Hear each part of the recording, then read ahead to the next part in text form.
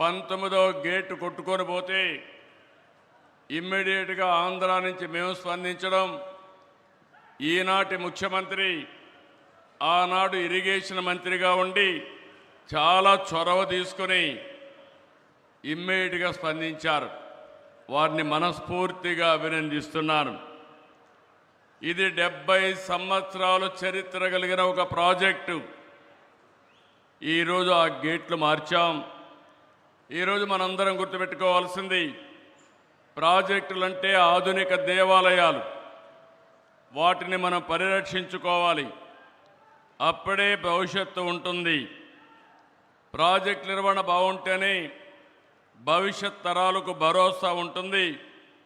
నీటి విలువ తెలిసిన వ్యక్తిగా మొట్టమొదటి దీనికి ప్రాధాన్యత ఇస్తున్నాం. కర్ణాటకతో కలిసి 50 కోట్ల రూపాయల అంచనాతో పనులు ప్రారంభించాం. 42 కోట్లు ఖర్చు పెట్టాం. ఈ ఒక్క గేటే కాదు, 33 గేట్లు బాగా రిపేర్ చేస్తే బాగుంటుంది, రీప్లేస్ చేద్దామంటే ఇమ్మీడియట్గా మంత్రి గారు శివకుమార్ గారు దాన్ని ముందుకు తీసుకెళ్లారు.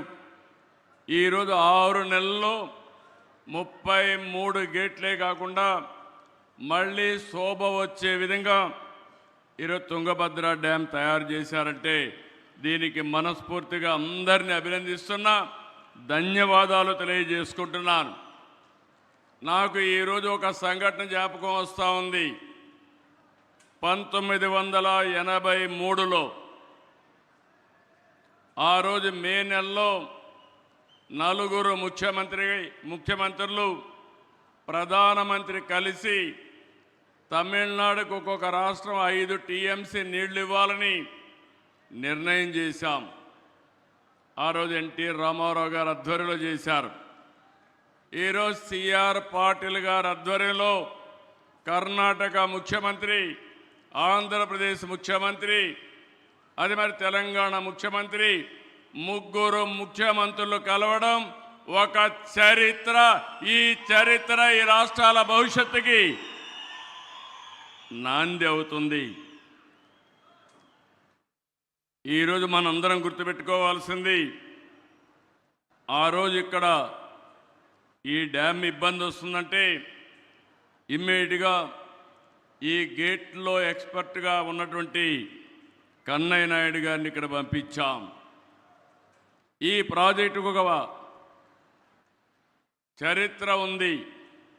రాయలసీమ కరువు సీమ, ఇంకో పక్క ఎడారిగా మారిపోయే పరిస్థితి.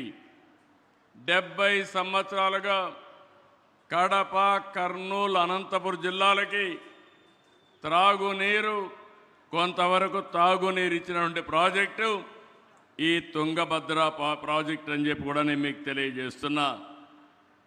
ఇది లేకపోతే ఇంకా చాలా ప్రమాదం వచ్చేది.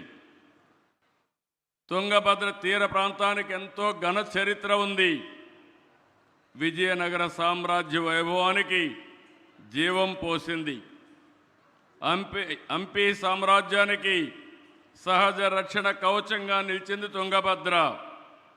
మంత్రాలయం రాఘవేంద్ర స్వామి, అలంపూర్ జోగలాంబ అమ్మవారు, హంపిలో విరూపాక్ష ఆలయం, ఇలాంటి ఎన్నో పుణ్యక్షేత్రాలకు